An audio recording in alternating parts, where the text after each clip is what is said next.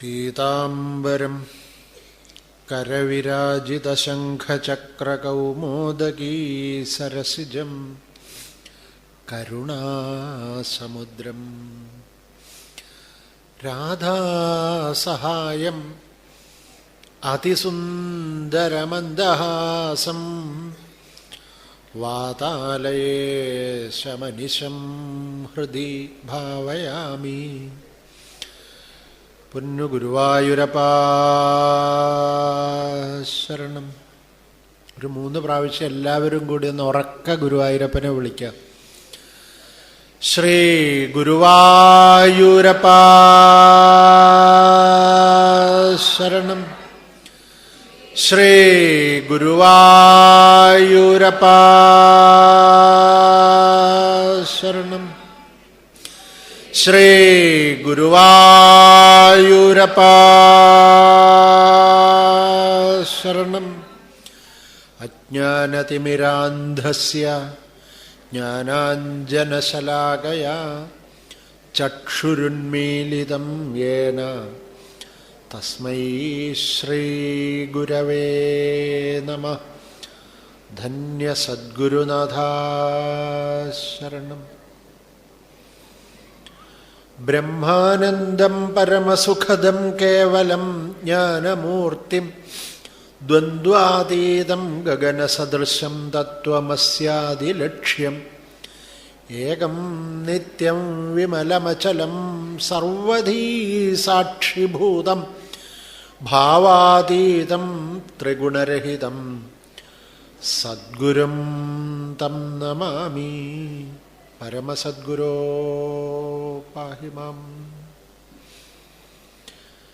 രക്താംബരം മൃദുമനോഹരമന്ദഹാസം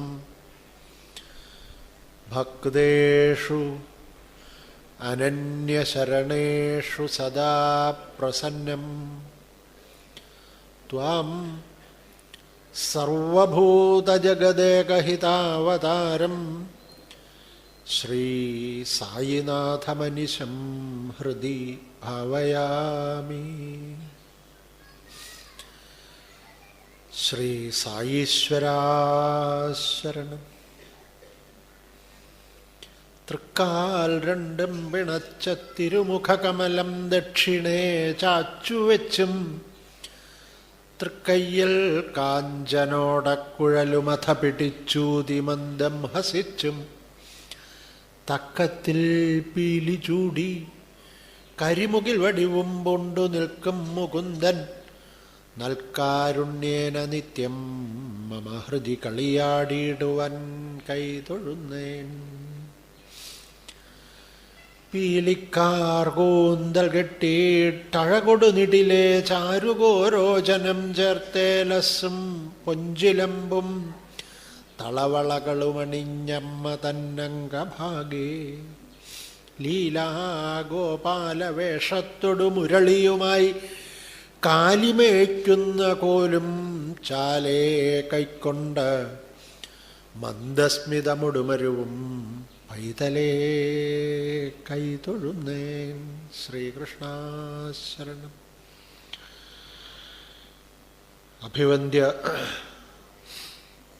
മഹാത്മാക്കളായ ശ്രേഷ്ഠരായ ഇവിടെ ഉപവിഷ്ടരായ ശ്രോതൃവൃന്ദങ്ങൾക്കെല്ലാവർക്കും നമസ്കാരം. ഇന്ന് സത്രത്തിൻ്റെ 2ാം ദിവസമാണെങ്കിലും 1ാമത്തെ ദിവസം എന്ന് പറയാം. ഇന്നലെ ഉദ്ഘാടനമൊക്കെ ആയിരുന്നു. അപ്പോൾ ഒന്നാമത്തെ ദിവസം ആയതുകൊണ്ട് ഇതിൻ്റെ പോരായ്മകളൊക്കെ മനസ്സിലാക്കാം. ഒരു പോരായ്മ മനസ്സിലായി, ചായ കഴിഞ്ഞിട്ട് ഉടനെ തുടങ്ങണമെന്ന് പറഞ്ഞാൽ നടക്കില്ല. അപ്പോൾ അതിനൊരു അരമണിക്കൂർ ഇൻ്റർവെല്ല് കൊടുക്കുക നാളെ തൊട്ട്. ഏതായാലും എനിക്ക് ഇപ്പം കിട്ടിയ സമയത്തിൽ ഒരു 10-20 മിനിറ്റ് പോയി എന്ന് വെച്ച് ഞാൻ നീട്ടൊന്നുമില്ല. ഞാൻ കൃത്യം 5:20 എനിക്ക് സമയം തന്നിട്ടുള്ളത്. 5:20 തന്നെ നിർത്തും. അടുത്ത ആൾക്കുള്ള സമയം ഞാൻ അപഹരിച്ചെടുക്കില്ല.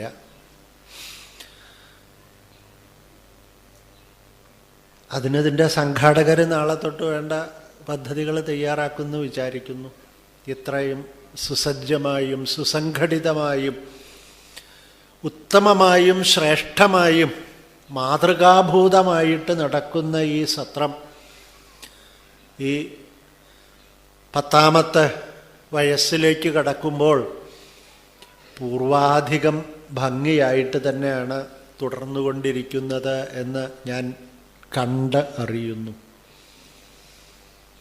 വളരെ വൃത്തിയായും neat and clean public toilet അടക്കം. അതുപോലെ എങ്ങനെ പെരുമാറണം, ഇത്രയും ആയിരക്കണക്കിന് ജനങ്ങൾ വന്ന് കൂടിയിരിക്കുന്ന ഈ സദസ്സിൽ ഒരച്ചടക്കരാഹിത്യം കണ്ടില്ല. തൊപ്പിയും വടിയും പാൻറ്റും ഷർട്ടുമായിട്ട് അങ്ങോട്ടും ഇങ്ങോട്ടും വാക്കി ടോക്കി ആയിട്ട് നടക്കുന്ന പോലീസുകാരെ ഇവിടെ കണ്ടില്ല. എല്ലാം വളരെ നിയന്ത്രിതമായിട്ട് നടക്കുന്നു. Well disciplined, well organised, well planned. മാതൃകാഭൂതം തന്നെ ഈ സത്രം.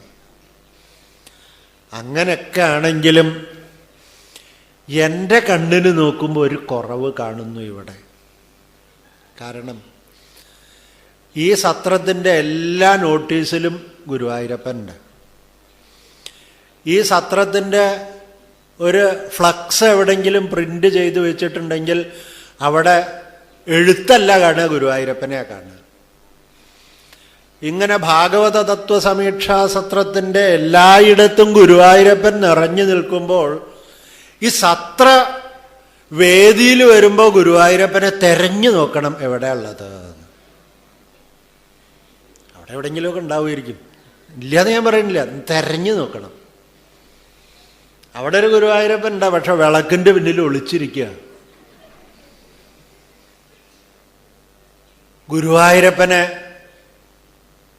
നോട്ടീസിലും ഫ്ലക്സ് ബോർഡിലും എല്ലായിടത്തും ഗുരുവായൂരപ്പനെ പ്രദർശിപ്പിച്ചു, കടന്നു വരുന്നിടത്തും ഗുരുവായൂരപ്പനെ പ്രദർശിപ്പിച്ചു എന്ന് പറഞ്ഞാൽ രാജസൂയത്തിന് ഭഗവാൻ എല്ലാ പണിയും എടുക്കാൻ തയ്യാറായതുപോലെ ഗുരുവായൂരപ്പൻ എല്ലായിടത്തും ഉണ്ടെന്ന് സ്വയം കാണിച്ചു തരുന്നു. ഒരു തരക്കടവുമില്ല, നല്ലത് തന്നെ. ഗുരുവായൂരപ്പന് എല്ലാ പണിയുണ്ട്, ഇവിടെ കാവൽക്കാരൻ്റെ പണിയുണ്ട്, എല്ലാ ജോലിയും ഗുരുവായൂരപ്പൻ ഏറ്റെടുത്ത് നടത്തുന്നുമുണ്ട്. ഭഗവാൻ ഏറ്റെടുത്ത് നടത്തുന്നത് കൊണ്ടാണല്ലോ ഇത് ഇത്ര ഭംഗിയായിട്ട് നടക്കുന്നത്. പക്ഷേ ഗുരുവായൂരപ്പന് നമ്മൾ കൊടുക്കേണ്ട സ്ഥാനം എവിടെയാന്ന് ചോദിച്ചാൽ സ്റ്റേജിന്റെ മുകളിൽ ഏറ്റവും ഉയർന്ന പദവിയിൽ ഗുരുവായൂരപ്പനെ കാണണം. അവിടെ കാണൂ. ആരെങ്കിലും അങ്ങോട്ട് തലപൊക്കി നോക്കൂ. അതിവിടെ വരുമ്പോ ഇവിടെ കാണണം ഗുരുവായൂരപ്പന്. ഒരു വലിയ ഗുരുവായൂരപ്പന്റെ പടം കടന്നു വരുമ്പോ ഗുരുവായൂരപ്പനാവണം ദർശനം. എൻ്റെ ഒരു ആഗ്രഹം പറഞ്ഞു എന്നേ ഉള്ളൂ. അത് അവിടെയൊക്കെ ഉണ്ട്, പക്ഷെ വിളക്കിന്റെ പിന്നിൽ ഒളിച്ചിരിക്കുക. നോക്കിയ ഞാൻ എൻ്റെ അനുഭവം പറഞ്ഞു. ഞാൻ വന്ന് നോക്കിയപ്പോ ഈ നോട്ടീസ് ബോർഡിലും ഫ്ലക്സിലും ഒന്നും കണ്ടതുപോലെ ഗുരുവായൂരപ്പനെ സ്റ്റേജിൽ കാണുന്നില്ല. അത് പരിഹരിക്കപ്പെടേണ്ടതാണെന്ന് എനിക്കൊരഭിപ്രായം തോന്നി പരസ്യമായിട്ടങ്ങ് പറഞ്ഞു എന്ന് മാത്രം. ഇന്ന് ഗുരുവായൂരപ്പ ശരണം ഭാഗവതത്തിലെ പ്രഥമസ്കന്ധത്തിലെ വിദുരോപദേശം എന്നാണ് എനിക്ക് വെച്ചിട്ടുള്ള വിഷയം. എങ്കിലും ശ്രീമാൻ വിജയൻ മേനോൻ പറഞ്ഞത് ഭാഗവതത്തിലെ 10, 11, 12, 13 4 അധ്യായങ്ങളെ ആസ്പദിച്ചുകൊണ്ട് സംസാരിക്കാനാണ്. ഭഗവാൻ ഗുരുവായൂരപ്പൻ ഉള്ളിലിരുന്ന് തോന്നിക്കുന്നത് പോലെ ഈ ഭാഗങ്ങളെ നിങ്ങളുമായിട്ട് പരസ്പരം സംവദിക്കാൻ ഭഗവാൻ അനുഗ്രഹിക്കട്ടെ. നിങ്ങളുമൊക്കെ പ്രാർത്ഥിക്കുക. ഞാൻ ആദ്യം പറഞ്ഞതുപോലെ ഇവിടെ വന്നിട്ടുള്ള ശ്രോതാക്കളൊക്കെ മാന്യരും യോഗ്യരും ശ്രേഷ്ഠരും വന്ദനീയരും പൂജ്യരുമായിട്ടുള്ളവരാണ്. അങ്ങനെയുള്ള മഹാത്മാക്കളായ ശ്രോതൃവൃന്ദത്തെ നിങ്ങളെല്ലാവരും പ്രാർത്ഥിക്കുക. നന്നായിട്ട് ഭാഗവതം പറഞ്ഞു തരാനുള്ള കഴിവ് ഈ സ്റ്റേജിലിരിക്കുന്ന ഈ പാവത്താന് കൊടുക്കണേന്ന് പ്രാർത്ഥിക്കുക. ഭഗവാന്റെ അനുഗ്രഹം ഉണ്ടെങ്കിലേ ഭാഗവതം എന്തെങ്കിലും പറയാൻ പറ്റൂ. ഇത് കഴിവുകൊണ്ട് പറയാൻ പറ്റുന്നതല്ല, അറിവ് കൊണ്ട് പറയാൻ പറ്റുന്നതല്ല.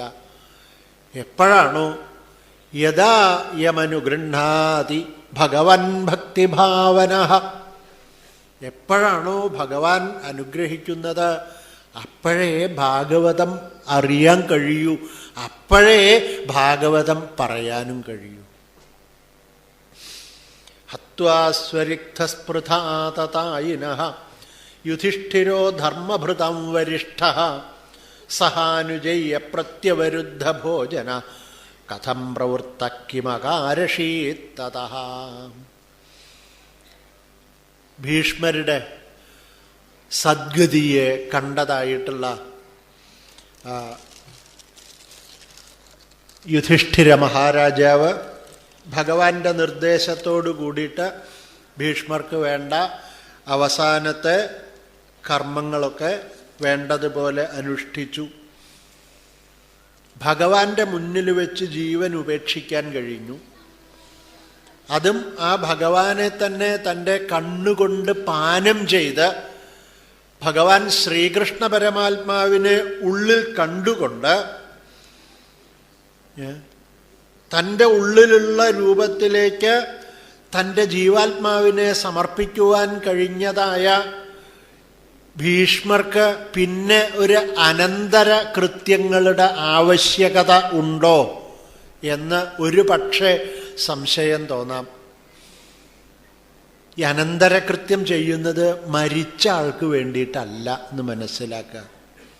പിന്നെ നമ്മുടെ ഓരോരുത്തരുടെയും ചുമതലയും കടമയുമാണ് നമുക്ക് ബഹുമാന്യരായിട്ടുള്ള മഹാത്മാക്കളെ വന്ദിക്കുക എന്നുള്ളത്.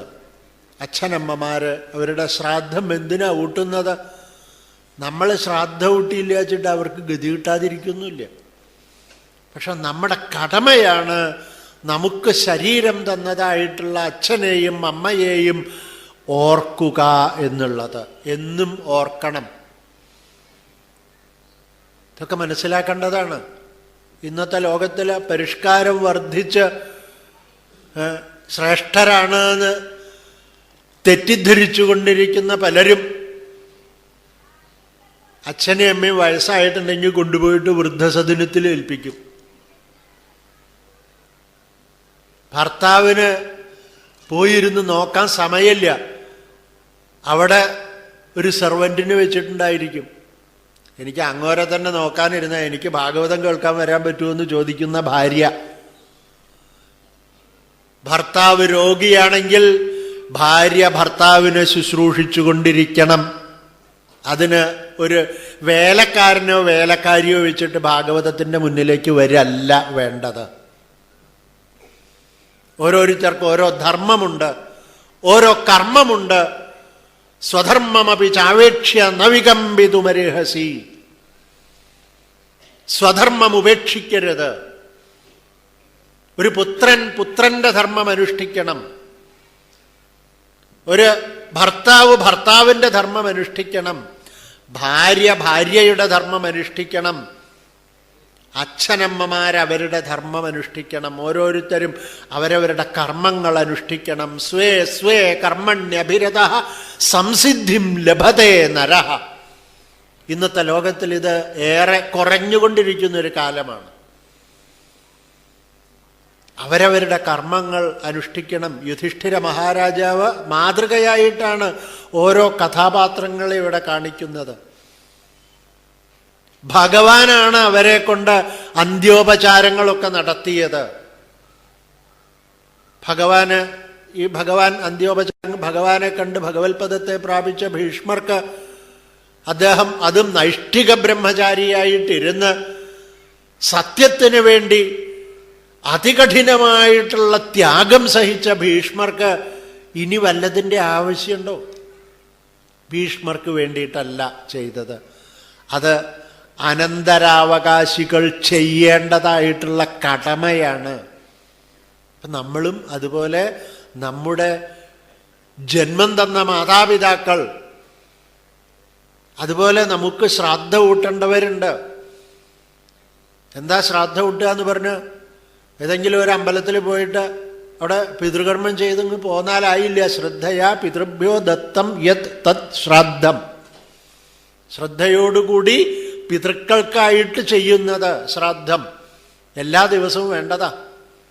ബ്രാഹ്മണരാണെങ്കിൽ അവർ എല്ലാ ദിവസവും സന്ധ്യാവന്ദനം ചെയ്യുമ്പോൾ പിതൃസ്തർപ്പയാമി പിതൃഗണാംസ്തർപ്പയാമി, എല്ലാ ദിവസവും പിതൃക്കൾക്ക് അർഘ്യം കൊടുക്കണം. ബ്രാഹ്മണൻ ചെയ്യണം. ബ്രാഹ്മണന്റെ കർമ്മം ചെയ്യണം. ബ്രാഹ്മണൻ സന്ധ്യാവന്ദനം അനുഷ്ഠിക്കണം. ബ്രാഹ്മണൻ ഗായത്രി ജപിക്കണം. എല്ലാവരും അവരവരുടെ കർമ്മങ്ങൾ വേണ്ടതുപോലെ അനുഷ്ഠിക്കണം. ആ യുധിഷ്ഠിരൻ എങ്ങനെ രാജ്യം ഭരിച്ചു എന്നാണ് ശൗനകാദി മഹർഷിമാർ സൂതനോട് ചോദിച്ചത്. സൂതൻ മറുപടി പറഞ്ഞു, യുധിഷ്ഠിരനെ പോലൊരു മഹാരാജാവ് വേണ്ടതുപോലെ രാജ്യം ഭരിക്കാനുണ്ടായതുകൊണ്ട് നാട് ഏറ്റവും ശാന്തവും സമ്പൽ സമൃദ്ധവുമായി.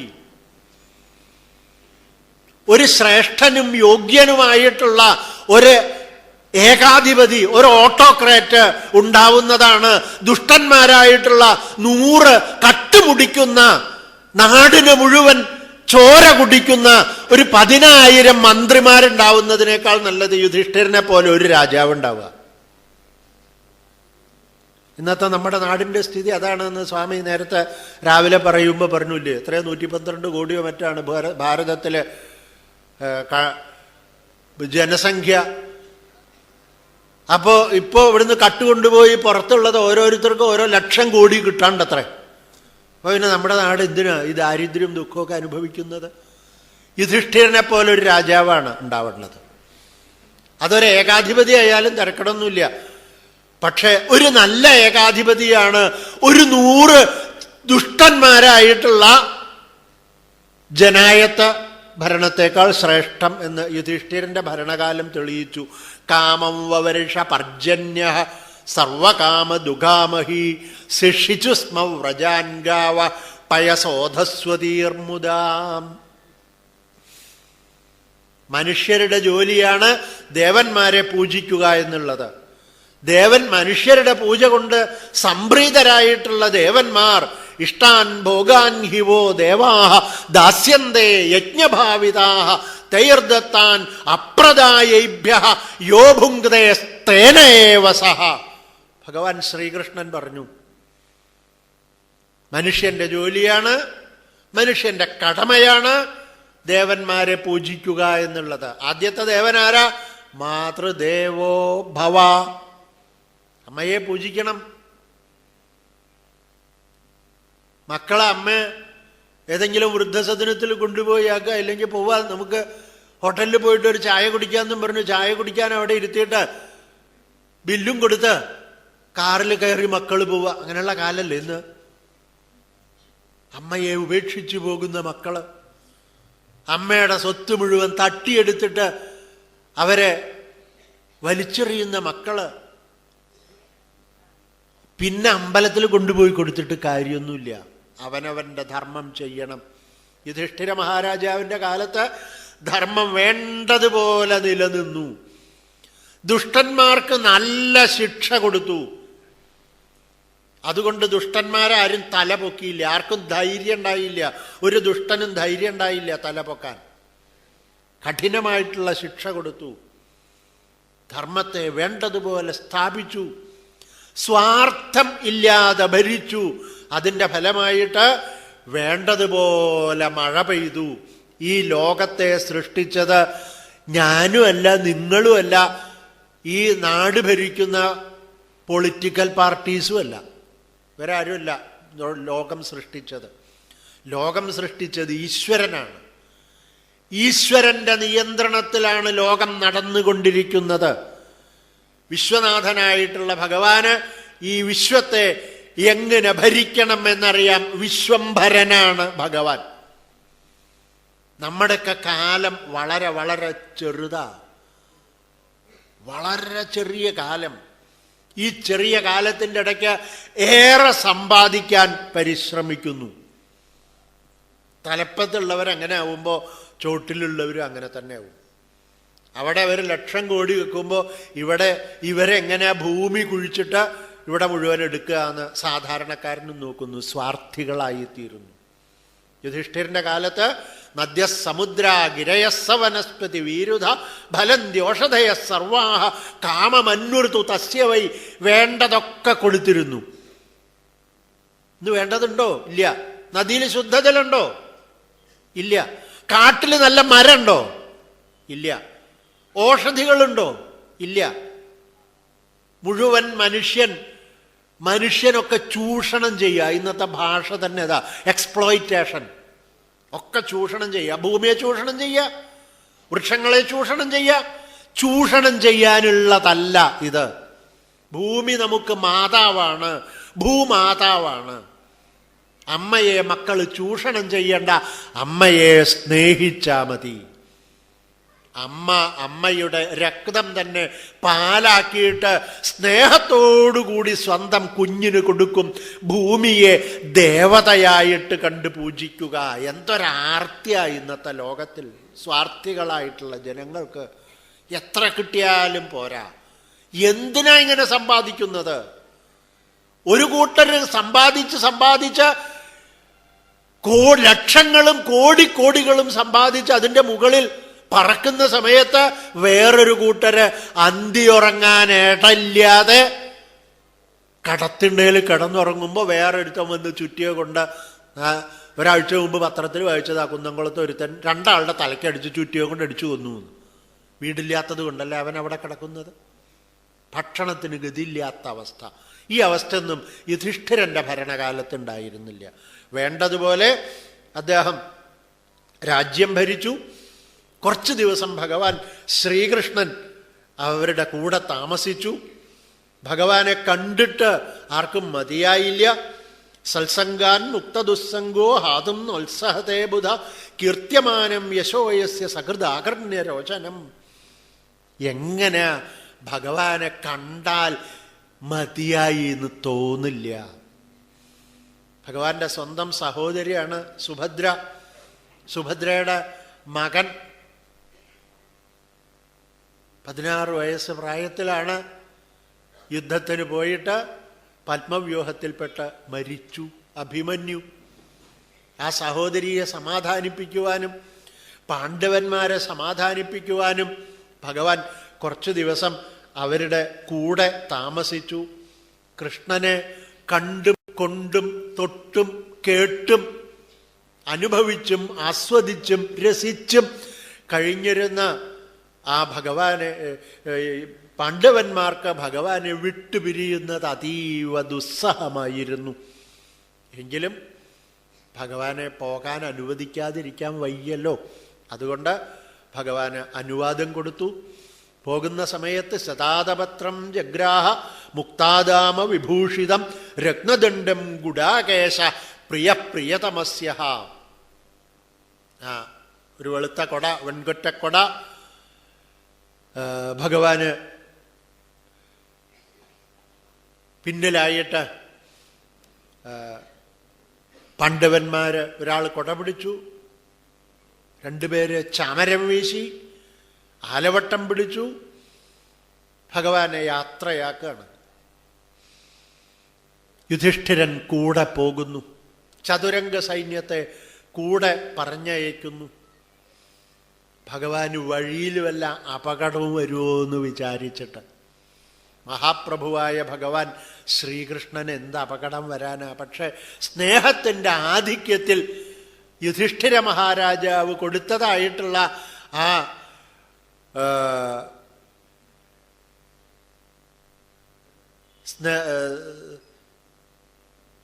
സൈന്യ പരിവാരങ്ങളെയും അതുപോലെ തന്നെ സ്നേഹവാക്കുകളെയും ഒക്കെ ഭഗവാൻ സന്തോഷമായിട്ട് സ്വീകരിച്ചു. പോകുന്ന വഴിക്ക് ഇരുവശത്തുമുള്ള കൊട്ടാരങ്ങളിൽ മുകളിൽ സ്ത്രീകൾ കയറി നിൽക്കുകയായിരുന്നു. നമ്മുടെ ഭാരതത്തിൻ്റെ സംസ്കാരം നമ്മൾ മനസ്സിലാക്കണം. നമ്മളൊക്കെ ധരിച്ചിട്ടുള്ളത് ഈ സ്ത്രീകളുടെ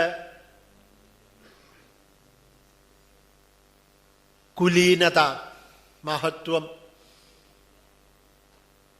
അതൊക്കെ പലരും അങ്ങനെ പ്രചരിപ്പിച്ചുകൊണ്ടിരിക്കുന്നത്. അതൊക്കെ മുസ്ലിങ്ങൾക്കുള്ളൂ. അവരാകെ മൂടി പർദ്ദയൊക്കെ ഇട്ട് നടക്കും. അതിലൊക്കെ എത്രയോ മുമ്പ് ഈ ഇസ്ലാം മതം ഉണ്ടായിട്ട് 1500 കൊല്ലം ആയിട്ടില്ല. 5000 കൊല്ലം മുമ്പ് നടന്ന ചരിത്രമാണ് ഇവിടെ പറയുന്നത്. സ്ത്രീകളും പുരുഷന്മാരും അന്ന് മിങ്കിള് ചെയ്യാറില്ല, ഇടകലരാറില്ല. സ്ത്രീകൾക്ക് അവരുടെ സ്ഥാനമുണ്ട്, പുരുഷന്മാർക്ക് അവരുടെ സ്ഥാനമുണ്ട്. സ്ത്രീകളുടെ മഹത്വം ലജ്ജയാണ്.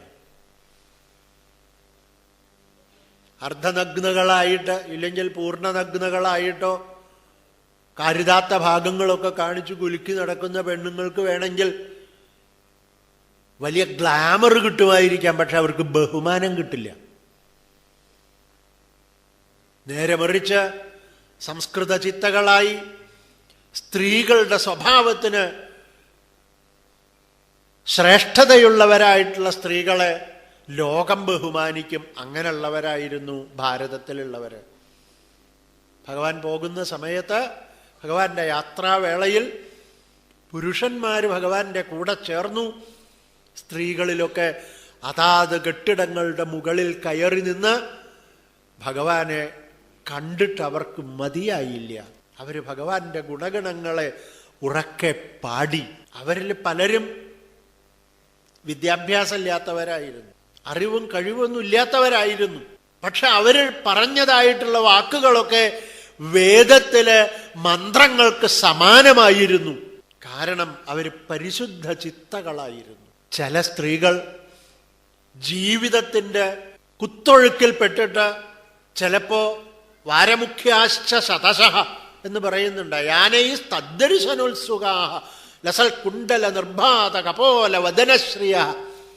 ആ കാലത്തുണ്ടായിരുന്നു വാരസ്ത്രീകൾ. വാരസ്ത്രീകൾ എന്ന് പറഞ്ഞാൽ വേശ്യാസ്ത്രീകൾ. ഒരു വേശ്യാവൃത്തി വേണമെന്ന് വിചാരിച്ചിട്ട് സ്വീകരിച്ചതൊന്നും ആവില്ല. പക്ഷെ ജോലി അതാണ് ചെയ്യുന്നതെങ്കിലും ഈശ്വരാർപ്പിത മനസ്കരായിരുന്നു അവരും. വില്യമംഗലം സ്വാമിയാരുടെ ഒരു കഥ ഉണ്ട്. വില്യമംഗലത്തൊരു സ്വാമിയാര് സന്യാസം സ്വീകരിക്കുന്നതിന് മുമ്പ് അദ്ദേഹം ഒരു വേശ്യയിൽ അത്യാസക്തനായിരുന്നു അത്രേ. അദ്ദേഹം ഒരു പുഴ നീന്തി കടന്നു വരും. അതിഭയങ്കരമായിട്ട് മഴ പെയ്യുന്ന സമയം. ആ മഴയെ കൂസാതെ ഇരു കരകളും കവിഞ്ഞൊഴുകുന്ന നദി മുറിച്ച് നീന്തി കടന്നു. അങ്ങനെ പുഴ നീന്തി കടക്കുമ്പോൾ എന്തോ ഒരു സാധനം പൊങ്ങിക്കിടക്കുന്നുണ്ട്. തുഴയാൻ വയ്യാതെ ആയപ്പോൾ അദ്ദേഹം അതിൻ്റെ മുകളിൽ കയറിയിരുന്ന് തുഴഞ്ഞുപോയി. തിരിച്ചു പോകുമ്പോൾ ഇത് ഉപയോഗിക്കാമെന്ന് വിചാരിച്ചിട്ട് ഒരു കയറെടുത്ത്, ശരിക്കും കണ്ണൊന്നും കാണില്ല, ഇരുട്ടുമുണ്ട്, ഒരു നിലാവിൻ്റെ വെളിച്ചം മാത്രമേ ഉള്ളൂ, എന്താ സാധനം എന്നൊന്നും അറിഞ്ഞില്ല. മരാണെന്ന് അദ്ദേഹം വിചാരിച്ച് അതിനൊരു കയറുകൊണ്ട് കെട്ടി ഒരു മരത്തിൽ അവിടെ കെട്ടിയിട്ടു പോയി. അപ്പം അദ്ദേഹത്തിന് ഇഷ്ടപ്പെട്ട ഈ സ്ത്രീ വാതിലൊക്കെ അടച്ച് കിടക്കുക. അപ്പോൾ വീട്ടിൽ ജനാലയുടെ മുകളിൽ നിന്നൊരു കയറ് കെട്ടി തൂക്കിയിട്ടത് കണ്ടു. അദ്ദേഹം പിടിച്ച് കയറി ജനവാതിലിൻ്റെ ഉള്ളിൽ കൂടി സാഹസപ്പെട്ട് ഈ അതിഭയങ്കര കൊടുങ്കാറ്റും മഴയുള്ള സമയത്ത് തൻ്റെ മുറിയിൽ വന്ന ഇദ്ദേഹത്തിനെ കണ്ടിട്ട്, ഈ ബ്രാഹ്മണനെ കണ്ടിട്ട് ഈ വേശ്യ ചോദിച്ചു, അങ്ങ് എങ്ങനെ ഇവിടെ എത്തിയത്? അപ്പം അദ്ദേഹം താൻ അനുഭവിച്ച സാഹസമൊക്കെ പറഞ്ഞു. എന്നിട്ടിതാ ഇവിടെ കെട്ടിയിട്ട് ഈ കയറ് പിടിച്ചിട്ടാണ് ഞാൻ പൊങ്ങി വന്നത്. ഞാനിവിടെ കയറൊന്നും കെട്ടിയിട്ടില്ലല്ലോ എന്ന് പറഞ്ഞു. എന്നാ നോക്കിയപ്പോഴേ ഒരു മലമ്പാമ്പ് തൂങ്ങിക്കിടക്കുക അവിടെ. ഈ മലമ്പാമ്പിനെ പിടിച്ചിട്ട് അദ്ദേഹം കയറിയാണ്. അപ്പൊ അങ്ങ് ഒരു മരക്കഷ്ണത്തിലാണ് വന്നതെന്ന് പറഞ്ഞല്ലോ, നമുക്കൊന്ന് പോയി നോക്കുക. നദിയിൽ ചെന്ന് നോക്കിയപ്പോ മരക്കഷ്ണമൊന്നുമല്ല, ഒരു ശവം ആണ്. ശവത്തിന്റെ മുകളിലാണ് കയറി വന്നത്. അവള് പറഞ്ഞു, കഷ്ടം, അങ്ങക്ക് എൻ്റെ ഈ ശരീരത്തിനോടുള്ള ആസക്തിയുടെ ഒരു 100-1 ഭഗവാൻ കൃഷ്ണനോടുണ്ടായിരുന്നുവെങ്കിൽ അങ്ങ് രക്ഷപ്പെടുമായിരുന്നു.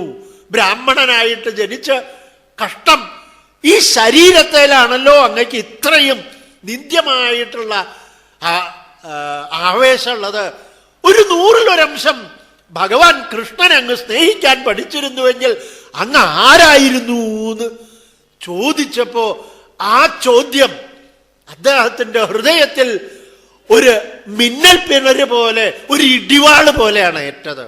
അദ്ദേഹം ആ നിമിഷം ആ വേശ്യാസ്ത്രീയെ തൻ്റെ ഗുരുനാഥനായിട്ട് സ്വീകരിച്ചു, നമസ്കരിച്ചു, സന്യസിച്ചു. അദ്ദേഹം വില്യമംഗലം സ്വാമിയാരായി തീർന്നു എന്ന് പ്രസിദ്ധമായിട്ടുള്ള ചരിത്രമാണ്.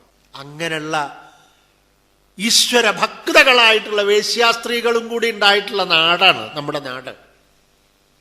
എന്ത് ജോലി ചെയ്യുന്നുണ്ടെങ്കിലും അവരൊക്കെ ഈശ്വരമനസ്കരായിരുന്നു. മഹാഭാരതത്തിൽ ഒരു കഥ ഉണ്ട്, ധർമ്മവ്യാധന്റെ കഥ. ഇറച്ചി വെട്ടുകാരനാണെങ്കിലും അദ്ദേഹം ധർമ്മത്തിൽ ഉറച്ചു നിന്നവനായതുകൊണ്ട് അദ്ദേഹത്തിന് എല്ലാ തത്വങ്ങളും, വേദാന്ത തത്വങ്ങളും ഹൃദിസ്ഥമായിരുന്നു. അദ്ദേഹത്തിന് തൻ്റെ മാത്രമല്ല എല്ലാവരുടെയും എല്ലാ കർമ്മബന്ധങ്ങളും അറിയാൻ കഴിയുമായിരുന്നു. ധർമ്മവ്യാധന്റെ വ്യാധഗീത മഹാഭാരതത്തിൽ പ്രസിദ്ധമാണ്. ഭാരതത്തിൽ എന്ത് ജോലി ചെയ്യുന്നവരും ഒരു കാലത്ത് ഇങ്ങനെയായിരുന്നു, ധർമ്മിഷ്ഠരായിരുന്നു ഭാരതീയര്. ഇന്നിപ്പോൾ അത് എവിടെ എത്തി, ഏത് സ്ഥാനത്ത് എത്തി നോക്കി എന്ന് നമ്മൾ ഇന്നത്തെ സമൂഹത്തിലേക്കൊന്ന് നോക്കേണ്ടതാണ്. ഭഗവാനെ യാത്രയാക്കുമ്പോൾ ഈ സ്ത്രീകള് ഭഗവാനെ സ്തുതിച്ചു. അവരുടെ സ്തുതിയൊക്കെ വേദങ്ങളും തലകുലുക്കി സമ്മതിക്കുന്നതായിട്ടുള്ള സ്തോത്രങ്ങൾ, സ്തുതിഗീതങ്ങളായിട്ട്, സൂക്തങ്ങളായിട്ട് തീർന്നു. ഭഗവാൻ പോകുന്ന സ്ഥലത്തൊക്കെ ചിലപ്പോൾ കുറച്ചു നേരം ഭഗവാൻ കാത്തു നിൽക്കും ചില ഭക്തന്മാർക്ക് വേണ്ടിയിട്ട്. കൃഷ്ണനെ കാണാൻ വേണ്ടി കൊതിച്ചു വരുന്നവരാ. വന്നു കൃഷ്ണന് കേട്ടിട്ടുണ്ട്, ഈ വഴി കൂടെ പോണൂന്നും അറിയാം. കൃഷീവലന്മാർ, സാധുക്കൾ, വിയർത്തൊലിച്ച് ക്ഷീണിച്ചിട്ടുള്ള വെറും പാവങ്ങൾ കൃഷ്ണൻ ഒരു നോക്ക് കാണാൻ വേണ്ടി വെമ്പി വരുമ്പോൾ ഭഗവാൻ അവർക്ക് വേണ്ടി കാത്തു നിൽക്കും. തേരിൽ നിന്ന് ഇറങ്ങും, അവരെ മാടി വിളിക്കും, ചിലർക്ക് ഹസ്തദാനം കൊടുക്കും, ചിലരെ നോക്കി ചിരിക്കും, ചിലരത് ആലിംഗനം ചെയ്യും. ഈശ്വരനാണ് മഹാപ്രഭു, ലോകനാഥനാണ് മഹാപ്രഭു. ഭഗവാന് ജാതിയില്ല, ഭഗവാന് മതം ഇല്ല, ഭഗവാന് വർണ്ണം ഇല്ല, ഭഗവാന് വർഗം ഇല്ല, ഭഗവാൻ ആശ്രമമില്ല. ഇതൊക്കെ മനുഷ്യനാണ് ഉണ്ടാക്കിയിട്ടുള്ളത്. ഭഗവാൻ കാണുന്നത് മനുഷ്യനല്ല, ഭഗവാൻ ആത്മാവിനാണ് കാണുന്നത്. ആ ഭഗവാൻ കൃഷ്ണനാണ് അടുത്ത കാലത്ത് ഭഗവാൻ സത്യസായിബാബയായിട്ട് അവതരിച്ചത്. അന്ന് ഭഗവാൻ തൻ്റെ ശരീരം ഉപേക്ഷിക്കുന്നത് വരെ നടത്തിയിട്ടുള്ള പ്രസംഗങ്ങളിലൊക്കെ വിളിക്കാറുള്ളത് ദിവ്യാത്മസ്വരൂപരെ, പ്രേമാത്മസ്വരൂപരെ, ബംഗാരൂന്നാണ് വിളിക്കാറുള്ളത്. ആത്മസ്വരൂപികളായിട്ടാണ് കാണാറുള്ളത്. ഭഗവാൻ നോക്കുമ്പോൾ മനുഷ്യരെ കാണാറില്ല, ഭഗവാൻ എല്ലാവരെയും ആത്മസ്വരൂപികളായിട്ടാണ് കാണുന്നത്. അതുകൊണ്ട് തന്നെ നമ്മുടേതായിട്ടുള്ള യാതൊരു ദ്വന്ദ്വങ്ങളും ഈശ്വരന് ഇല്ല. ഈ നാടിൻ്റെ ഒരു പ്രത്യേകത എന്താണെന്ന് ചോദിച്ചാൽ, ഈ നാട്ടിലെ ഭഗവാൻ തൻ്റെ പരിപൂർണതയോടുകൂടി അവതരിച്ചിട്ടുള്ളൂ. ഈ നാട്ടിലാണ് രാമനും കൃഷ്ണനും ജനിച്ചത്, ഈ നാട്ടിലാണ് ബുദ്ധൻ ജനിച്ചത്, ഈ നാട്ടിലാണ് ഭഗവാൻ സത്യസായിബാബ ജനിച്ചത്. അവതാരങ്ങളായിരുന്നു. ഈ നാട്ടിലാണ് ശങ്കരാചാര്യര് ജനിച്ചത്, ഈ നാട്ടിലാണ് ചട്ടമ്പിസ്വാമികളും ശ്രീനാരായണ ഗുരുസ്വാമികളും ജനിച്ചത്. ഈ നാട്ടിലാണ് ഇപ്പതാ നമ്മുടെയൊക്കെ ഭാഗ്യം കൊണ്ട് മഹാത്മാക്കളായിട്ടുള്ള ഭൂമാനന്ദ സ്വാമി മഹാരാജും പുരുഷോത്തമ തീർത്ഥ മഹാരാജും ഭഗവത്പദം പ്രാപിച്ച അവരൊക്കെ നമ്മുടെ ഇടയിൽ നമുക്ക് കാണാൻ സാധിച്ചത് ഭാരതത്തിൻ്റെ ഭാഗ്യമാണ്. ഈ നാട് മഹാത്മാക്കളുടെ നാടാണ്. ഇവിടെ ധർമ്മത്തിന് കുറവ് വരില്ല. ഇവിടെ ആവശ്യമുള്ള സമയത്ത് അതിനെ പോഷിപ്പിക്കുവാൻ വേണ്ടി മഹാത്മാക്കളുടെ രൂപത്തിലും സിദ്ധന്മാരുടെ രൂപത്തിലും, പോരെങ്കിൽ അവതാരമായിട്ടും ഭഗവാൻ വരും. അങ്ങനെ ഭഗവാൻ ശ്രീകൃഷ്ണൻ ആ നർത്തത്തിലെത്തി. അത് ദ്വാരകയുടെ അടുത്തുള്ള ദേശമാണ്. ഭഗവാൻ വരുന്ന വാർത്ത അറിയിച്ചു. ദ്വാരകാവാസികൾ ഏകാഗ്രമനസ്കരായിട്ട് ഭഗവാനെ തന്നെ കാണാൻ കൊതിച്ചുകൊണ്ടിരിക്കുന്നവരാണ്. അവര് ദ്വാരക മുഴുവൻ ഭംഗിയായിട്ട് അലങ്കരിച്ചു. ദ്വാരക നല്ല മാലകൾ ചാർത്തി, മാവിലകളെ കൊണ്ടും ആലിലകളെ കൊണ്ടും കുരുത്തോലകളെ കൊണ്ടും ഭംഗിയായിട്ട് അലങ്കരിച്ചു. സുഗന്ധ ജലം അവിടെ ഇവിടെയൊക്കെ തളിച്ചു, കോലം വരച്ചു, നിറപറ വെച്ചു. വേഷഭൂഷാദികളെ കൊണ്ട് അലങ്കൃതരായിട്ടുള്ള പ്രജകൾ ഭഗവാനെ വരവേറ്റു. ശ്രീകൃഷ്ണ ഭഗവാനെ എന്തൊരാവേശമായിരുന്നു, എന്തൊരുത്സാഹമായിരുന്നു ആ നാടിന്. നിത്യം നിരീക്ഷമാണാനാം യദവിദ്വാരകൗകസാം നൈവ തൃപ്യന്തി ദൃശ ശ്രിയോ ധാമാംഗമച്യുതം. എപ്പോഴും കണ്ടുകൊണ്ടിരിക്കുന്നവരാണെങ്കിലും അവർക്ക് ഭഗവാനെ കണ്ടിട്ട് മതിയായില്ല. പാനപാത്രം മുഖം ദൃശാം, കോരിക്കോരി കുടിക്കാനാണ് തോന്നിയത്. കൃഷ്ണന്റെ സൗന്ദര്യം നമ്മൾ പറയാറുണ്ട്, ശ്രീരാമന്റെ സൗന്ദര്യം പറയാറുണ്ട്. ശ്രീകൃഷ്ണന്റെയും ശ്രീരാമന്റെയും സൗന്ദര്യം നമ്മുടെ സിനിമയിൽ അഭിനയിക്കുന്ന കോന്തന്മാരുടെയും കോന്തികളുടെയും സൗന്ദര്യമായിട്ട് താരതമ്യപ്പെടുത്തരുത്. അതൊക്കെ ആർട്ടിഫിഷ്യൽ സൗന്ദര്യം. ഇതങ്ങനെയല്ല. പെർപ്പച്വൽ, എറ്റേണൽ, ഫാസിനേറ്റിംഗ്, അട്രാക്റ്റിംഗ്, അത്യാകർഷണം. കൃഷ്ണന്റെ സൗന്ദര്യത്തെ പറ്റി ഭാഗവതത്തില് ശ്രീരാമന്റെ ഒക്കെ സൗന്ദര്യത്തെ പറ്റി വർണ്ണിക്കുന്നത് വായിക്കുമ്പോഴൊക്കെ എനിക്ക് തോന്നാറുണ്ടായിരുന്നു, ഇത്രയൊക്കെ സൗന്ദര്യം ഉണ്ടാവുമോ. 85-ാമത്തെ വയസ്സിന്റെ അടുത്തേക്ക് എത്തിക്കൊണ്ട് നിൽക്കുമ്പോൾ കയ്യും കാലും ഒന്നും ശരിക്കും അനക്കാൻ വയ്യ. വീൽ ചെയറിലിരുത്തി ഉന്തി ഉന്തി കൊണ്ടുവരിക. ഭഗവാൻ സത്യസായി ബാബയെ ശാരീരികമായിട്ട് ഏറ്റവും അവശമായിട്ടുള്ള അവസ്ഥയിൽ. പക്ഷേ കണ്ടിട്ട് മതിയായില്ല, നോക്കിയിട്ട് മതിയായില്ല. 1 മണിക്കൂറിലധികം ഇമ വെട്ടാതെ നോക്കിയിരുന്നു. എൻ്റെ അനുഭവ പറയുന്നത്. വാച്ച് നോക്കിയില്ല, അങ്ങോട്ടും ഇങ്ങോട്ടും നോക്കിയില്ല. നോക്കിയാൽ ആ രൂപത്തെ ഇതുപോലെ ഇത്ര അടുത്തിരുന്ന് കാണാനുള്ള സന്ദർഭം ഇനി കിട്ടുമോ നിശ്ചയില്ല. കണ്ണിനോട് പറഞ്ഞു ഇളകല്ലേ എന്ന്. ഭഗവാന്റെ അവതാരത്തിന്റെ സൗന്ദര്യം എന്ന് പറഞ്ഞാൽ ബാഹ്യ സൗന്ദര്യമല്ല, അത് ആകർഷണമാണ്, അത് ഈശ്വരന്റെ ശക്തിയാണ്. അത് പുണ്യാത്മാക്കളെ പിടിച്ചു വലിക്കും. ഈശ്വരന്റെ ശക്തിയുടെ പ്രത്യേകത അതാണ്. പുണ്യം ചെയ്തവരെ പിടിച്ചു വലിക്കും. സുകൃതി ജനദൃശാം പൂർണ്ണ പുണ്യാവതാരം. ഭട്ടതിരിപ്പാട് വെറുതല്ല പറഞ്ഞത്. പുണ്യം ചെയ്തവരുടെ കണ്ണുകൾക്ക് പീയൂഷമാണ് ഭഗവാന്റെ രൂപം. ഭഗവാന്റെ വിവാഹമൊക്കെ കഴിഞ്ഞ് എത്രയോ വർഷങ്ങൾ കഴിഞ്ഞിട്ടാണെങ്കിലും ആ സ്ത്രീകള് ഇന്നും ഭഗവത് പത്നിമാര് ഭഗവാനെ കണ്ടും കൊണ്ടും മതിയാവാത്തവരാണ്. അവർ ഭഗവാന് വേണ്ടി പ്രാർത്ഥിച്ചു. എൻ്റെ വീട്ടിലേക്ക് ആദ്യം വരണേന്ന് ഓരോ പത്നിയും പ്രാർത്ഥിച്ചു. ഭഗവാൻ എല്ലാ ഭക്തന്മാരുടെയും ആഗ്രഹം സാധിപ്പിച്ചു കൊടുക്കുന്നവൻ ഭഗവാൻ. സാധിപ്പിച്ചു കൊടുക്കാൻ കഴിയുന്ന ഒരേ ഒരുവൻ ഭഗവാൻ. നമുക്കാർക്കും സാധിക്കില്ല, ഭഗവാന് സാധിക്കും. ഭഗവാൻ ഓരോ ഗൃഹത്തിലേക്കും ആദ്യമായിട്ട് പ്രവേശിച്ചു. 16,108 ഗൃഹത്തിലേക്കും ഒരു കൃഷ്ണൻ ആദ്യമായിട്ട് പ്രവേശിച്ചു. അതെങ്ങനെയാ സംഭവിക്കുക? ഓരോ ഭാര്യയുടെ അടുത്ത് ഓരോ കൃഷ്ണൻ ഉണ്ടായിരുന്നു. അവരറിഞ്ഞില്ല ഭഗവാന്റെ മഹത്വത്തെ. അവര് വിചാരിച്ചു സാധാരണ സ്ത്രീകളുടെ ഇടയിൽ കളിക്കുന്ന പുരുഷനെ പോലൊരു സാധാരണ പുരുഷൻ എന്ന് കൃഷ്ണനെ ആ ഭഗവത് പത്നിമാർ തെറ്റിദ്ധരിച്ചു. അല്ലെങ്കിൽ ഭഗവാൻ തൻ്റെ മായ കൊണ്ടവരെ തെറ്റിദ്ധരിപ്പിച്ചു.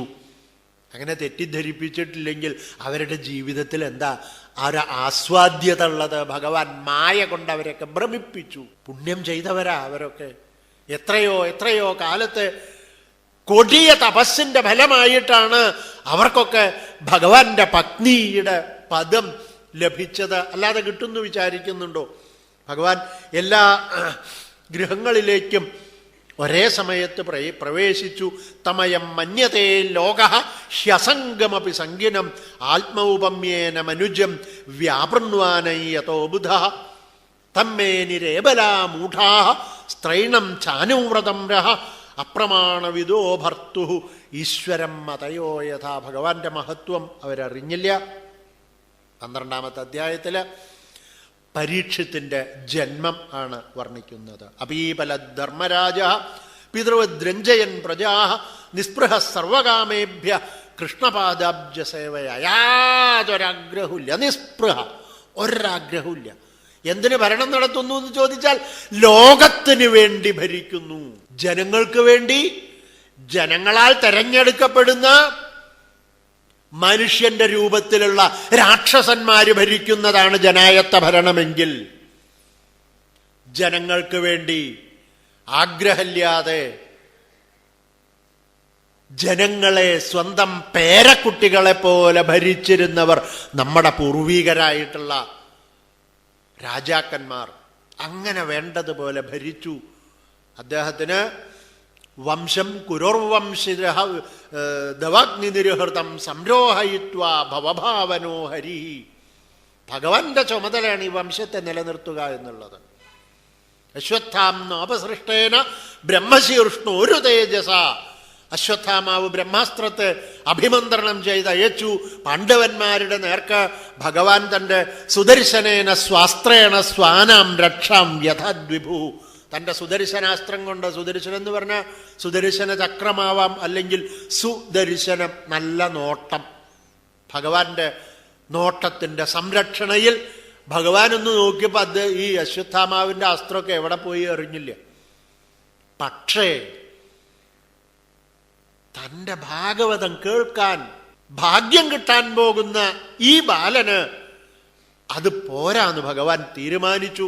അങ്കുഷ്ഠമാത്രമമലം സ്ഫുരൽ പുരടമൗലിനം അപീച്യ ദർശനം ശ്യാമം തടിദ്വാസ സമച്യുതം ശ്രീമദ് ദീർഘചതുർബാഹും തപ്തകാഞ്ചനകുണ്ടലം ക്ഷതജാക്ഷം ഗദാപാണിം ആത്മന സർവതോദിശം പരിഭ്രമന്തമുൽക്കാഭാം ഭ്രാമയന്തം ഗദാമുഹു അസ്ത്രതേജസ്വഗതയാ നീഹാരമിവ ഗോപതി വിധവന്തം സന്നികർഷേ പര്യൈക്ഷത ക ഇത്യസൗ. പരീക്ഷിത്ത് അമ്മയുടെ ഗർഭത്തിൽ, ഉത്തരയുടെ ഗർഭത്തിൽ കിടക്കുന്ന സമയത്ത് അശ്വത്ഥാമാവിൻ്റെ ബ്രഹ്മാസ്ത്രം ചീറി വരുമ്പോൾ, ചീറ്റി വരുമ്പോൾ, ദഹിപ്പിക്കാനായിട്ട് വരുമ്പോൾ ഭഗവാൻ ഒരു പെരുവിരലിനേക്കാൾ ചെറിയ രൂപത്തെ സ്വീകരിച്ചു, ഗർഭവാസമനുഷ്ഠിച്ചു. ആ ബാലന് ചുറ്റും കറങ്ങി. നോക്കണം ഭഗവാന്റെ ഒരു സ്നേഹം, ഭക്തന്മാരോടുള്ള ഭഗവാന്റെ വാത്സല്യം. നല്ല മുഹൂർത്തത്തിൽ ഉത്തര ജന്മം കൊടുത്തു. കുഞ്ഞിന് സന്തോഷായി. യുധിഷ്ഠിരൻ ജാതകം കാരയാമാസ വാചയിത്വാച മംഗളം. ഹോരാശാസ്ത്ര വിദഗ്ധരായ ജ്യോതിഷ പണ്ഡിതന്മാരെ കൊണ്ട് അദ്ദേഹത്തിൻ്റെ ഗ്രഹനില ഗണിച്ചുണ്ടാക്കാൻ പറഞ്ഞു. അദ്ദേഹത്തിൻ്റെ ഭാവി ജീവിതത്തെ പറ്റിയുള്ള പ്രവചനങ്ങൾ. ഇക്ഷ്വാകുരുവ മാനവ ബ്രഹ്മണ്യ സത്യസന്ധശ്ച രാമോ ദാശരഥിര്യഥ. ഓരോ ഗുണങ്ങളെ ഓരോ രാജാക്കന്മാർക്കുണ്ടായിട്ടുള്ളൂ. ആ ഗുണങ്ങളെല്ലാം ഇദ്ദേഹത്തിൽ ഒന്നിച്ച് സന്നിവേശിച്ചിരിക്കുന്നു. 2 അർജുനന്മാരാണ് ബാഹുവീര്യത്തിൽ, കാർത്തവീര്യാർജുനനും മധ്യമ പാണ്ഡവൻ അർജുനനും. ആ അർജുനയോർദ്വയോ തുല്യ, 2 പേർക്കും തുല്യൻ. സർവസൽഗുണമാഹാത്മ്യേ ഏഷ കൃഷ്ണമനുവ്രത. ഇങ്ങനെങ്ങ് പറഞ്ഞ് എല്ലാ ഗുണങ്ങളും ഒന്നിച്ചു കാണുന്ന ഒരേ ഒരു വ്യക്തി ലോകത്തിൽ ഉണ്ടായിട്ടുണ്ടെങ്കിൽ ഭഗവാൻ കൃഷ്ണൻ, കൃഷ്ണനെ പോലെ. അത് കുറച്ച് അതിശയോക്തിയല്ലേ എന്ന് സംശയം പറഞ്ഞു. ഈ യുധിഷ്ഠിര മഹാരാജാവിനോട് ജ്യോതിഷികൾ പറഞ്ഞു, ഇദ്ദേഹത്തിന് തക്ഷകാദാത്മനോ മൃത്യം ദ്വിജപുത്രോപസർജിതാൽ പ്രപൽസ്യത ഉപശ്രുത്യ മുക്തസംഗപദം ഹരേ. തക്ഷകനിൽ നിന്ന് അവസാനം ബ്രാഹ്മണശാപം കാരണം മരണം ഉണ്ടാവാനുള്ളൊരു ഗതികേടുണ്ട് എന്ന് പറഞ്ഞപ്പോൾ കുറച്ച് വിഷമുണ്ടായി. എങ്കിലും പ്രപൽസ്യത ഉപശ്രുത്യ മുക്തസംഗപദം ഹരേ ജിജ്ഞാസിത ആത്മയാഥാത്മ്യ മുനേർവ്യാസസുതാദസൗ ഹി ത്വേദം നൃപ ഗംഗായാം യാസ്യത്യദ്ധാകുതോ ഭയം. ഒരു പതർച്ചയുണ്ടാവില്ല, ഒരു കുലുക്കും ഉണ്ടാവില്ല. അദ്ദേഹം ഈ ശരീരത്തെ ഇവിടെ ഉപേക്ഷിച്ച് വ്യാസപുത്രനായ ശ്രീശുക ബ്രഹ്മർഷിയിൽ നിന്ന് ഭാഗവതവും ഉപദേശം വാങ്ങി അകുതോഭയമായിരിക്കുന്ന പദത്തിലേക്ക് പതർച്ചയില്ലാതെ നടന്നു കയറും. അങ്ങയുടെ ഈ കുലത്തിന് യശസ് വർദ്ധിപ്പിക്കാൻ പോകുന്ന രാജകുമാരൻ എന്ന് പരീക്ഷത്തിൻ്റെ മഹത്വത്തെ പറ്റി പറഞ്ഞു കേൾപ്പിച്ചു. ആ പരീക്ഷത്തിൻ്റെ ജന്മം ആഘോഷിച്ചു. അതിനുശേഷം ഭഗവാനെ വിവരറിയിച്ചു. ഭഗവാൻ വന്ന് എടുത്തു, ബാലനെടുത്തു, മടിയിൽ വെച്ചു, ലാളിച്ചു. ഭഗവാൻ സത്യസായിബാബ ഭാഗവത വാഹിനി എന്നൊരു ഗ്രന്ഥം എഴുതിയിട്ടുണ്ട്. ആ ഭാഗവത വാഹിനിയിൽ ഭഗവാൻ സത്യസായിബാബ പറയുന്നു, ഭഗവാൻ ശ്രീകൃഷ്ണൻ വന്നപ്പോ ഈ ഉണ്ണി ചിരിക്കാൻ തുടങ്ങിയത്. എന്തൊരു ചിരിയാ, ചിരിയോട് ചിരി. കഷ്ടിച്ച് മുട്ടുകുത്തി നടക്കാറായപ്പോ കൃഷ്ണനെ കണ്ടാ ഓടിപ്പോവും കൃഷ്ണന്റെ അടുത്തേക്ക്. ബാല്യകാലം മുതൽക്ക് അത്ര ആസക്തി. കാരണം എന്താ, ഗർഭപാത്രത്തിൽ വെച്ച് തന്നെ ഭഗവാനെ കണ്ടവനാ. ഗർഭേ ദൃഷ്ടമനുധ്യായൻ, ഗർഭത്തിൽ കണ്ട ഭഗവാനെ തന്നെയാണ് മനസ്സിൽ. നോക്കണം ഭഗവാന്റെ ഒരു കാരുണ്യം, ഭഗവാന്റെ വാത്സല്യം. ആ പരീക്ഷത്തിന്റെ ജന്മം, കൊട്ടാരത്തില് സന്തോഷം, നിസ്പൃഹനായിട്ട് യുധിഷ്ഠിരന്റെ രാജ്യഭരണം, ആ കാലത്ത് വിതുരന്റെ വരവ്. വിതുരൻ വന്നപ്പോ വളരെ സ്നേഹാദരവോട് കൂടിയിട്ടാണ് പാണ്ഡവന്മാർ സ്വീകരിച്ചത്. അദ്ദേഹത്തിന് അച്ഛനില്ലാത്ത പാണ്ഡവന്മാരെ അച്ഛനേക്കാൾ സ്നേഹത്തോടുകൂടി, അച്ഛൻ്റെ സംരക്ഷണവും അമ്മയുടെ വാത്സല്യവും ഒരുമിച്ച് കോരിക്കൊടുത്തുകൊണ്ട് വിതുരനല്ലേ ഈ പാണ്ഡവന്മാരെ വളർത്തിയത്. അപകടങ്ങളൊക്കെ മുൻകൂട്ടി കണ്ടറിഞ്ഞ് അതിൽ നിന്ന് രക്ഷപ്പെടാനുള്ള മാർഗങ്ങളൊക്കെ വിതുരനല്ലേ മുൻകൂട്ടി തീരുമാനിച്ച് അവരെ അറിയിച്ചിരുന്നത്. ഇല്ലെങ്കിൽ അരക്കല്ലത്തിൽ പെട്ട് ചത്തുപോവില്ലേ? കൊല്ലാനുള്ള ഘാതകനാണ് പുരോചനനെന്ന് മുൻകൂട്ടി അറിവ് കൊടുത്ത് ദുര്യോധനന്റെ അറിവും വിവരവും ധൃതരാഷ്ട്രരുടെ അറിവ് പോലും ഇല്ലാതെ തൻ്റെ പ്രത്യേക ദൂതനെ കൊണ്ട് ഈ വാരണാവതത്തിൽ നിന്ന് അടിയിലൂടെ ഒരു ഭൂഗർഭ ഗുഹ ഉണ്ടാക്കി അത് പാണ്ഡവന്മാരെ മുൻകൂട്ടി അറിയിച്ച്, പുരോചനൻ നിങ്ങളെ കൊല്ലാൻ നിൽക്കണ്ട, അതിനു മുമ്പ് നിങ്ങൾ പെരക്കി തീ വെച്ച് പോയിക്കോളാൻ അറിവ് കൊടുത്തതുകൊണ്ടല്ലേ പാണ്ഡവന്മാർക്ക് അന്ന് രക്ഷപ്പെടാൻ കഴിഞ്ഞത്. ഇതുപോലെ ഓരോ സമയത്ത് പാണ്ഡവന്മാർക്ക് താങ്ങും തണലുമായിട്ട് ധർമ്മിഷ്ഠനായിട്ടുള്ള വിതുരനല്ലേ അവരുടെ കൂടെ നിന്നത്. ഏറെ സന്തോഷമുണ്ടായിരുന്നു വിതുരനെ കണ്ടപ്പോൾ. സ്വീകരിച്ചു, ആദരിച്ചു, ബഹുമാനിച്ചു, പൂജിച്ചു, സൽക്കരിച്ചു, സന്തോഷിപ്പിച്ചു. ഇടയ്ക്കൊക്കെ ധൃതരാഷ്ട്രൻ്റെ അടുത്തേക്കും പോകും, അദ്ദേഹവുമായിട്ട് സംസാരിച്ചു കൊണ്ടിരിക്കും. ഒരു ദിവസം രാത്രി ഈ ധൃതരാഷ്ട്രയുടെ അവസ്ഥ കണ്ടപ്പോൾ വിതുരൻ പറഞ്ഞു, രാജൻ നിർഗമ്യതാം ശീഘ്രം പശ്യേദം ഭയമാഗതം. സ്വാർത്ഥികളാൽ നിറയപ്പെട്ടിരിക്കുന്നു ഈ ലോകം. ഇന്നത്തെ അവസ്ഥ നോക്കിയാൽ അന്നത്തേക്കാൾ വളരെ കഷ്ടം. ഞാനിങ്ങോട്ട് വരുന്നതിൻ്റെ മിനിഞ്ഞാന്നാ ഞാൻ പുറപ്പെട്ടത്. എന്തോ ആ സമയത്ത് ടി വി ഓൺ ചെയ്യും. ഞാൻ അധികം കാണാറൊന്നുമില്ല, കാണാൻ സമയം കിട്ടാറില്ല.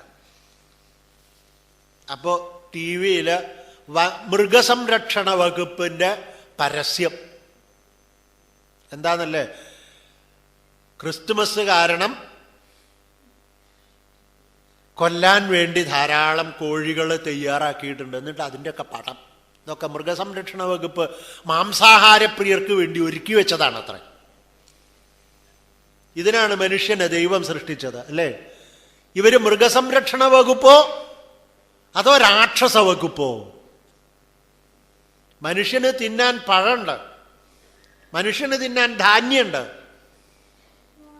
മനുഷ്യൻ അവന് തിന്നേണ്ടത് തിന്നണ്ട, രാക്ഷസന്മാര് തിന്നുന്നത് വേണം, പുലിയും സിംഹമൊക്കെ തിന്നുന്നത് വേണം മനുഷ്യന് തിന്നാൻ. അതിൻ്റെ ഫലമായിട്ട് എന്ത് വന്നു എന്ന് ചോദിച്ചാൽ, കുടിക്കാനുള്ള വെള്ളം മലീമസമായി.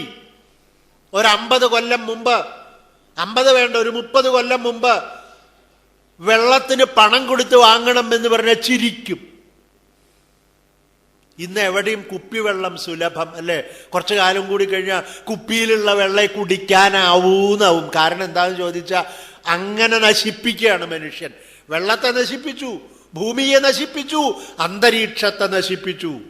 മനുഷ്യൻ മനുഷ്യനെ നശിപ്പിച്ചു കൊണ്ടിരിക്കുന്നു. മനുഷ്യൻ രാക്ഷസനായിരിക്കുന്നു.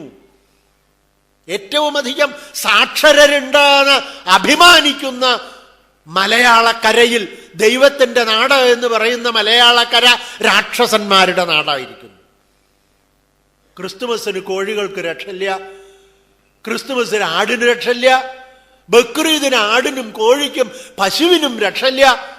എന്തിന്? പരിശുദ്ധമായ വാമനാവതാര ദിവസം, തിരുവോണ ദിവസം അന്നുമില്ല. ഞങ്ങള് ഈ ഓലനും സാമ്പാറും ഇതൊന്നും കൂട്ടിയിട്ടല്ല, ഞങ്ങൾക്ക് കുറച്ച് മട്ടണൊക്കെ വേണം.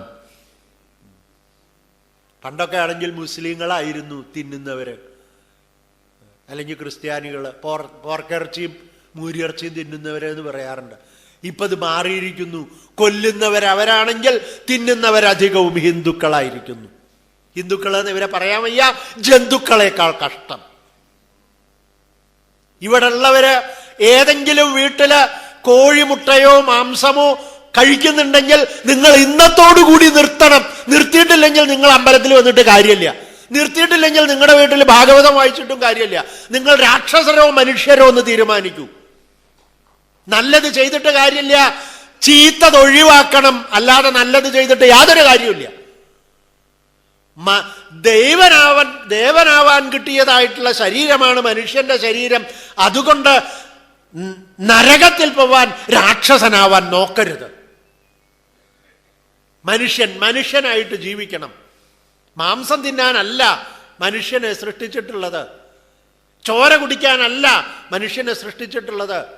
പണ്ട് കാലത്ത് സൗദി അറേബ്യയില് പച്ചവെള്ളവും കൂടി കിട്ടാത്ത സമയത്ത് അവിടെ മുഹമ്മദ് നബി ഭഗവാന്റെ മെസഞ്ചർ ജനിച്ചപ്പോ അദ്ദേഹം മാംസാഹാരം നിഷേധിച്ചിരുന്നില്ല എങ്കിൽ അന്നത്തെ സാഹചര്യത്തിൽ അവിടെയുള്ള ജനങ്ങൾക്ക് മാംസം കഴിക്കാതെ ജീവനെ നിലനിർത്താൻ വയ്യാത്തത് കൊണ്ടാണ്. ഇന്നത്തെ കാലത്ത് അങ്ങനല്ല. ഇന്നത്തെ കാലത്ത് ലോകത്ത് എവിടെ സുലഭമായിട്ട് കിട്ടും പച്ചക്കറി. അത് കഴിച്ചാ പോരെ? എന്തിനീ മാംസത്തിന്റെ പിന്നാലെ പോകുന്നു? നമുക്ക് തിന്നാൻ പറ്റിയതാണോ അത്?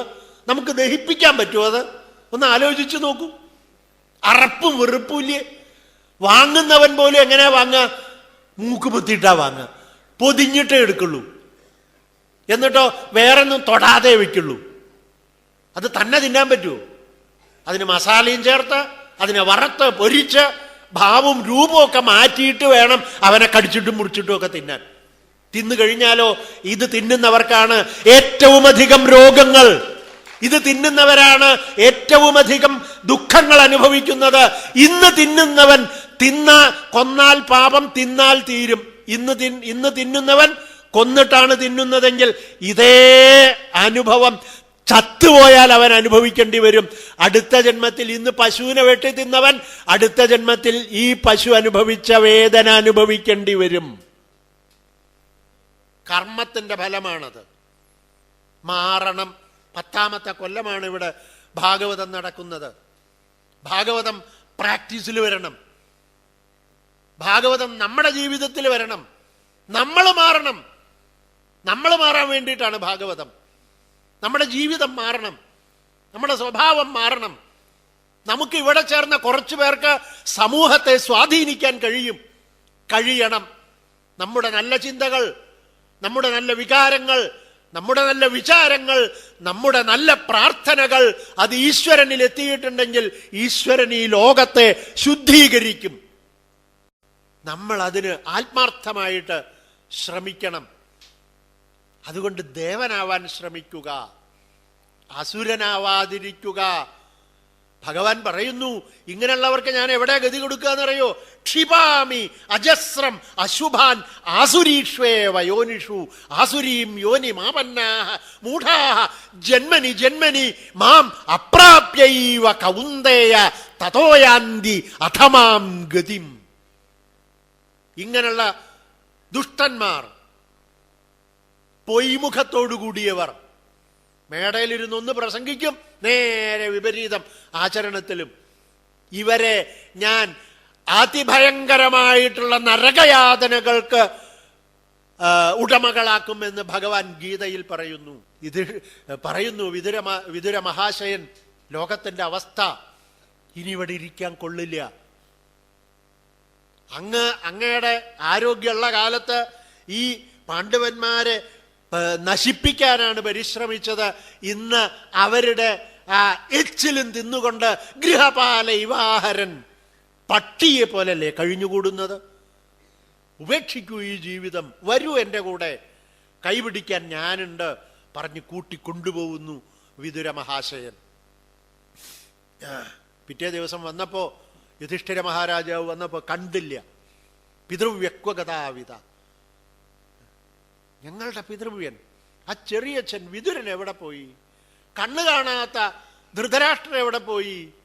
പാവം മക്കളൊക്കെ വരിച്ച് കരഞ്ഞുകൊണ്ടിരിക്കുന്ന എൻ്റെ അമ്മൂമ്മ, എൻ്റെ മുത്തശ്ശി എവിടെ പോയി? എൻ്റെ സഞ്ജയാ, എനിക്ക് എൻ്റെ ഭീമ, നീ വല്ല കുത്തുവാക്കും അവരോട് പറഞ്ഞു. അപ്പോഴാണ് നാരദ സഹതുമ്പുരു പ്രത്യുത്ഥായ അഭിവാദ്യാ സാനുജോഭ്യർച്ചയന്നിവ. തുമ്പുരുവോടുകൂടി നാരദൻ ഇറങ്ങി വന്നിട്ട് പറഞ്ഞു, ജീവോ ജീവസ്യ ജീവനം, ഇതാണ് ലോകത്തിൻ്റെ നിയമം. ഒന്ന് ചീഞ്ഞാൽ മറ്റൊന്നിന് വളം. അതുകൊണ്ട് കാലം ദുരതിക്രമമായിരിക്കുന്ന കാലം വന്നു ചേർന്നിരിക്കുന്നു. അവരെപ്പറ്റി നിങ്ങൾ സംശയിക്കണ്ട, നിങ്ങൾ വിഷമിക്കണ്ട.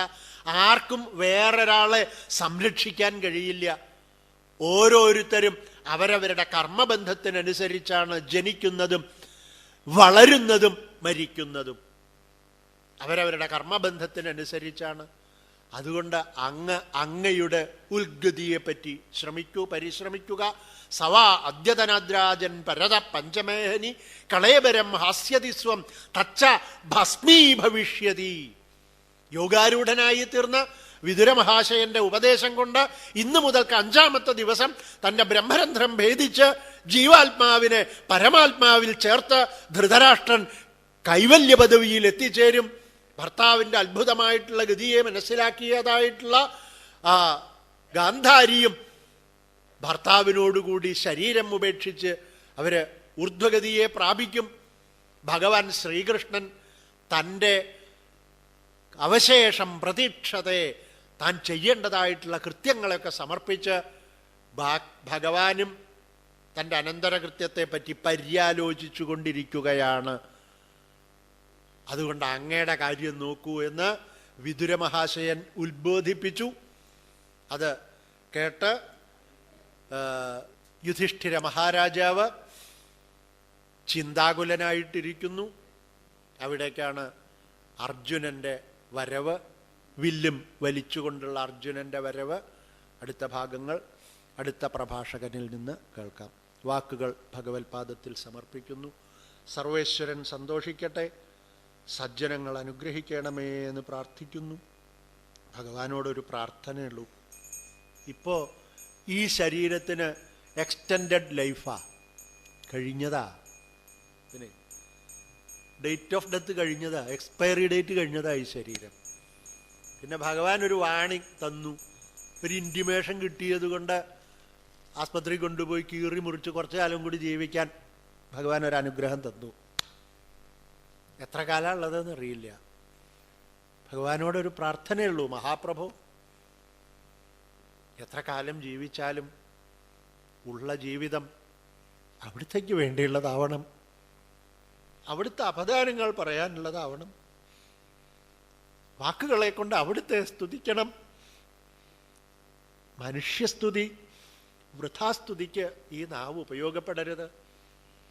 ഈ വാക്കുകളെ കൊണ്ട് അവിടുന്ന് സന്തോഷിക്കണം മഹാപ്രഭു. അങ്ങനെ ഭഗവാനെ പറ്റി എങ്ങനെ പറഞ്ഞുകൊണ്ട് ഇതുപോലെ ശ്രദ്ധയും ഭക്തിയും വിശ്വാസവും ആത്മാർത്ഥതയും മഹത്വവും നിറഞ്ഞ സദസ്സിൽ ഭഗവാനെ പറ്റി എങ്ങനെ പറഞ്ഞുകൊണ്ടിരിക്കുമ്പോൾ എന്നായാലും പോണ്ടേ, അന്നങ്ങ് പോയിക്കോട്ടെ. അവസാനത്തെ ശ്വാസം വരെ ഭഗവാനെ പറ്റി പറയാനും അതിൽ തന്നെ രസിക്കാനും രമിക്കാനുമുള്ള അനുഗ്രഹം പ്രദാനം ചെയ്യണമേ എന്ന് പ്രാർത്ഥിച്ചുകൊണ്ട് വാക്കുകൾ സർവേശ്വര കൃപയ്ക്കായി സർവേശ്വര പാദങ്ങളിൽ സമർപ്പിക്കുന്നു. സർവത്ര ഗോവിന്ദ നാമ സങ്കീർത്തനം.